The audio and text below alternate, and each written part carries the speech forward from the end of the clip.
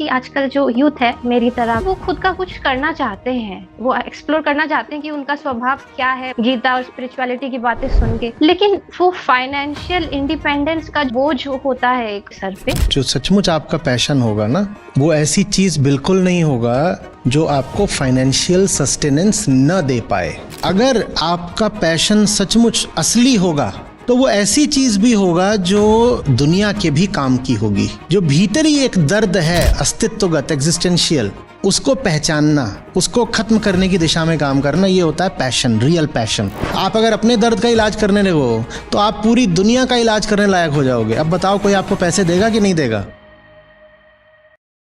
आज के एपिसोड में मैं आपको दिखाने वाली हूँ वो कन्वर्सेशन जब मुझे डायरेक्टली मौका मिला पहली बार आचार्य प्रशांत सर से बात कर पाने का, अपने क्वेश्चंस उनको पूछ पाने का। And this was the first time I was talking to someone from the list of people I read and from the list of the favorite speakers I listen to. तो वो सारे लोग जो कि हटके, भीड़ से हटके कुछ अलग करना चाहते हैं लाइफ में, उनके लिए आज का एपिसोड है। बहुत कुछ सीखने को मिलेगा आपको, तो अब आप इस कन्वर्सेशन को देखिए।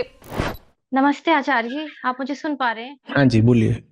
हाँ, मैं एक यूट्यूबर हूँ और मैं आपको पिछले 2 साल से सुन रही हूँ और मैं बहुत ग्रेटफुल हूँ आपके प्रति, क्योंकि 2 साल पहले अगर ऐसी आपका वीडियो मेरे सामने अचानक से नहीं आ गया होता तो शायद मेरी लाइफ से ही मैं हार मान जाती।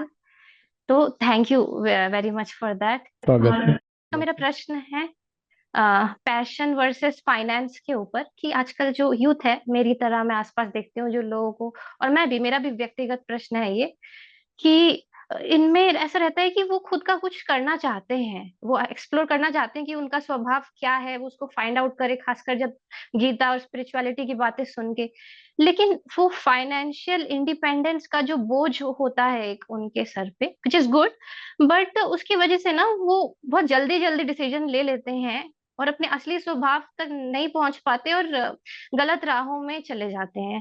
तो मैं ये पूछना चाहती हूँ कि वो क्या इनर ट्रिगर पॉइंट क्या खुद को बताना चाहिए यूथ को, ताकि वो अपना पैशन फाइंड आउट कर सके इन राइट डायरेक्शन और टाइम वेस्ट ना कर दे जस्ट बिकॉज इस प्रेशर की वजह से कि फाइनेंशियल इंडिपेंडेंस जरूरी है। खासकर लड़कियां ऐसा करती है और शादी कर लेती हैं और पैशन फाइंड आउट नहीं करती। तो यही मेरा प्रश्न है, व्यक्तिगत भी है और सबके लिए भी। देखिए, जो सचमुच आपका पैशन होगा, मैं आपकी ही भाषा, आपकी ही टर्मिनोलॉजी में बात कर रहा हूँ, अपने पैशन कहा तो मैं वही ले लेता हूँ। जो सचमुच आपका पैशन होगा ना, वो ऐसी चीज बिल्कुल नहीं होगा जो आपको फाइनेंशियल सस्टेनेंस न दे पाए। आपका सवाल ही यही है कि पैशन एक तरफ है और फाइनेंशियल सस्टेनेंस, उसमें से जो आर्थिक फल निकल सकता है वो अलग है। ये दोनों अलग अलग नहीं होते हैं। और ये सबका एक मुद्दा होता है कि मुझे पैशन इस चीज का है, लेकिन जिस चीज में पैशन उसमें पैसा नहीं है, तो पैशन इधर को ले जा रहा है, पैसा उधर को ले जा रहा है। यही सवाल है ना? हाँ, कि पैशन इधर को है लेकिन पैसा उधर को है, जाएं तो जाएं कहाँ? हाँ, तो इस प्रश्न में ही गड़बड़ है मामला। गड़बड़ इसलिए है क्योंकि अगर आपका पैशन सचमुच असली होगा तो वो ऐसी चीज भी होगा जो दुनिया के भी काम की होगी। और अगर वो चीज दुनिया के काम की है तो कोई आपको उसके लिए पैसे क्यों नहीं दे देगा? हो सकता है करोड़ों अरबों ना दे दे, पर इतना तो दे देगा कि आपका काम चलता रहेगा। ये थोड़ा सा इसको समझिएगा। अगर पैशन सिर्फ ऐसी चीज नहीं है जो अंधी दौड़ की है, या किसी ने आपको बता दिया तो आपने उसको पैशन मान लिया, या कि इंस्टाग्राम में कोई चीज चल रही है तो आप भी उस बारे में पैशनेट हो गए, एक तो ये होता है, नकली पैशन है, इसका कुछ नहीं है। ज्यादातर लोगों के पैशन ऐसे ही होते हैं कि टीवी पर देख लिया कि क्रिकेट चल रहा है तो उनको भी पैशन आ गया कि मैं अभी क्रिकेटर बनूंगा। टीवी पर देख लिया कि रेसलिंग चल रही है तो उनको पैशन आ गया, मैं रेसलर बनूंगा। या कि एयरपोर्ट पर छोटा बच्चा गया, उसने देखा कि बिल्कुल स्मार्ट सा पायलट चला जा रहा है यूनिफॉर्म धारण करके, तो उसने कहा मैं पायलट बनूंगा। ज्यादातर लोगों के पैशन इसी तरीके के होते हैं। फिल्म देखने चले गए, वहां फिल्म में जो हीरो है वो पुलिस इंस्पेक्टर है, तो बच्चे ने कहा मैं पुलिस में जाऊंगा। ये सब नकली पैशन है, इसमें कुछ नहीं रखा है। ठीक है, या कि कोई फिल्म आ गई कि देखो आईपीएस बन गए, कलेक्टर बन गए, तो देखो क्या जलवा हो गया, तो बोल रहा हमें भी बनना है, हम भी एसपी बनेंगे। ये सब नकली पैशन है, इसमें दुख ही मिलना है। वास्तविक पैशन क्या होता है जानते हैं आप? पैशन शब्द कहां से आता है? पैशन, नहीं। हाँ, पैशन शब्द पेन से आता है। पेन, ये पता ही नहीं होगा, हम सोचते हैं पैशन माने भावना। पैशन माने भावना नहीं होता। पैशन का जो मूल शब्द है वो पेन है, दर्द। दर्द, जो भीतरी एक दर्द है अस्तित्वगत, एग्जिस्टेंशियल, उसको पहचानना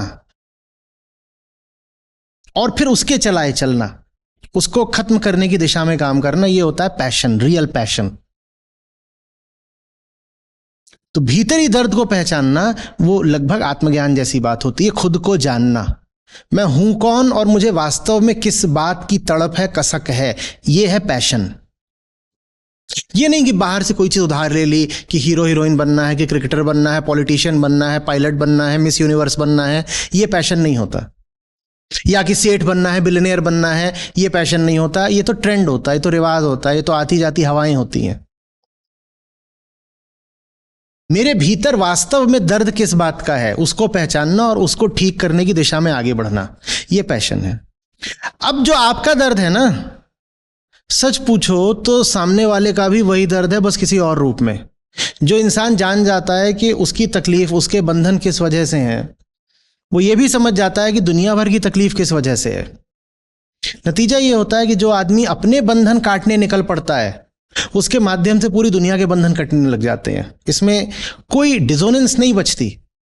हम आमतौर पर सोचते हैं कि दो अलग अलग बातें हैं, मेरी भलाई और दूसरे की भलाई दो अलग अलग चीजें हैं। उसको हम एक जीरो सम गेम की तरह लेते हैं, एक बाइनरी की तरह लेते हैं। हम मानते हैं कि अगर मैं बढ़ूंगा तो सामने वाला गिरेगा, और कई लोग तो बढ़ते ही ऐसे हैं सामने वाले को गिरा करके।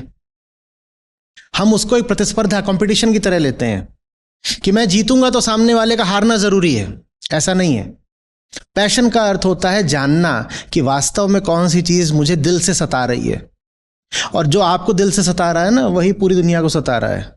आप अगर अपने दर्द का इलाज करने लगो तो आप पूरी दुनिया का इलाज करने लायक हो जाओगे। अब बताओ, कोई आपको पैसे देगा कि नहीं देगा? लेकिन वो जो प्रेशर होता है ना कि फाइनेंशियल इंडिपेंडेंट बनो बनो बनो, तो वो इरिटेटिंग लगता है बहुत। जो प्रेशर होता है वो इसलिए होता है क्योंकि आपको पता ही नहीं आपको पैसा कितना चाहिए, और आपको ये भी पता नहीं है कि आपको बात किसकी सुननी है। दूसरे आपकी मर्जी के बिना आप पे प्रेशर थोड़े ही बना सकते हैं। आप कोशिश करिए मुझे प्रेशर बनाने की, नहीं बनेगा। प्रेशर तो आप लेते हो, दूसरे बनाते नहीं है। प्रेशर आप लेते हो। कई बार तो दूसरे कुछ भी ना कर रहा हूं तो आप पे बहुत प्रेशर आ जाता है। यहां सामने मेरे लोग बैठे होते हैं, मैं किसी और एक निगाह देख लूं, लोगों ने कई बार कहा बड़ा प्रेशर बन गया, आपने आंख में आंख डाल के देख लिया।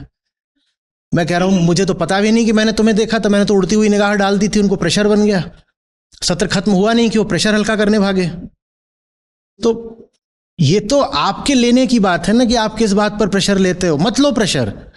पता होना चाहिए किसकी बात को गंभीरता से लेना है, किसकी बात को गंभीरता से नहीं लेना।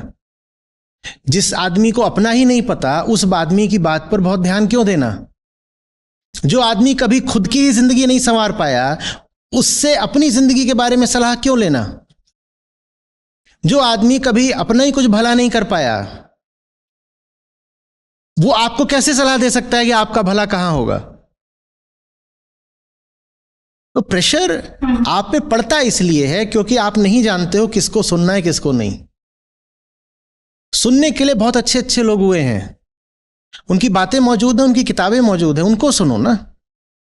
ये आसपास जो सब घूम रहे हैं ऐसे ही अंटू पंटू, इनको थोड़ी सुनना होता है। इनसे क्यों प्रेशर बनवा लेना है?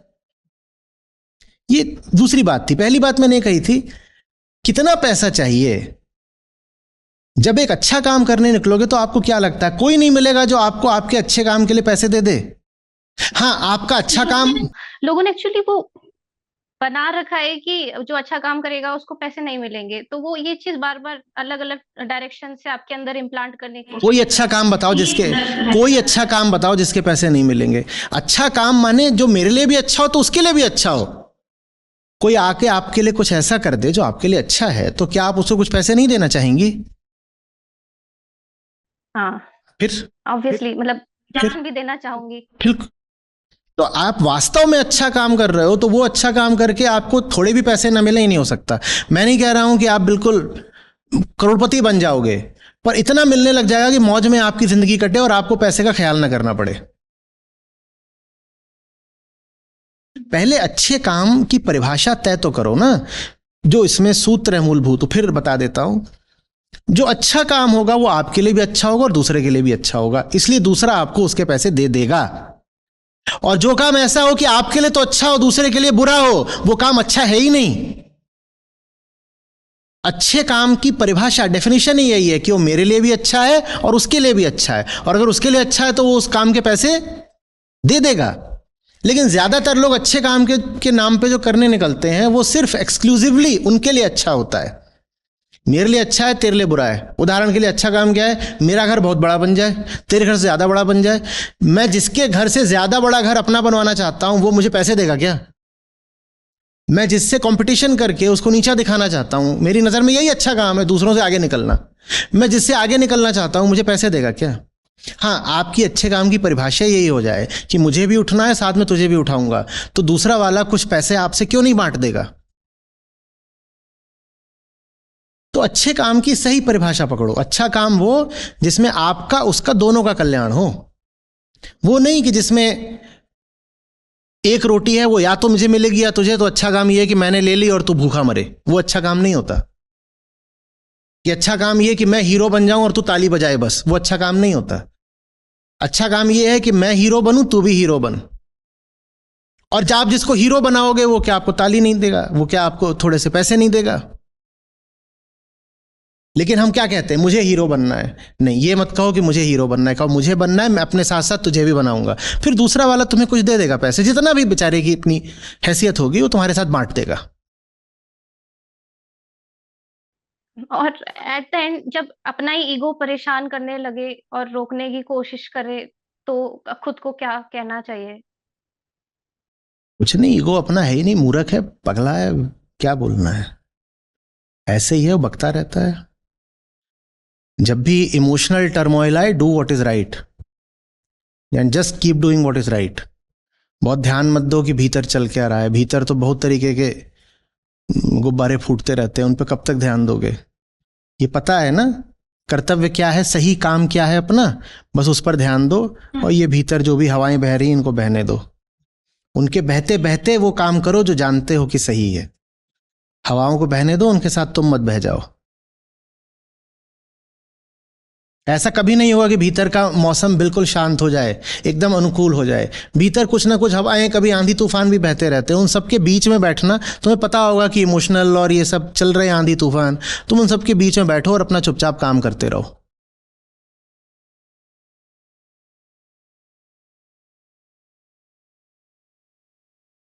ठीक है, चलिए, थैंक यू। तो ये था पूरा कन्वर्जेशनल एपिसोड। इतने सारे चीज़ों के जवाब कहीं ना कहीं खुलते हैं अगर आप ऐसे किसी दिग्गज से बात करते हैं। तो मैं ज़रूर ट्राई करूँगी कि भाई चैनल अगर थोड़ा आगे बढ़े उसके बाद ज़रूर फिज़िकल पॉडकास्ट मिल के आचार्य जी से करने का मैं पूरा ट्राई करूँगी। अगर आपको ये वीडियो पसंद आई है और आपने यहाँ तक देखी है तो चैनल को सब्सक्राइब करके ज़रूर जाएं। और अगर आप फिलोसॉफिकल कन्वर्सेशंस में इंटरेस्ट रखते हैं तो आप मेरे चैनल के कुछ और वीडियोस को भी जाके चेकआउट कर सकते हैं। तो इस वीडियो को शेयर करें, कमेंट करें, बताएं मुझे आप क्या सोचते हैं इन कॉन्सेप्ट्स के बारे में। तो मिलते हैं ऐसे किसी एक और वीडियो में। Till then take care of yourself.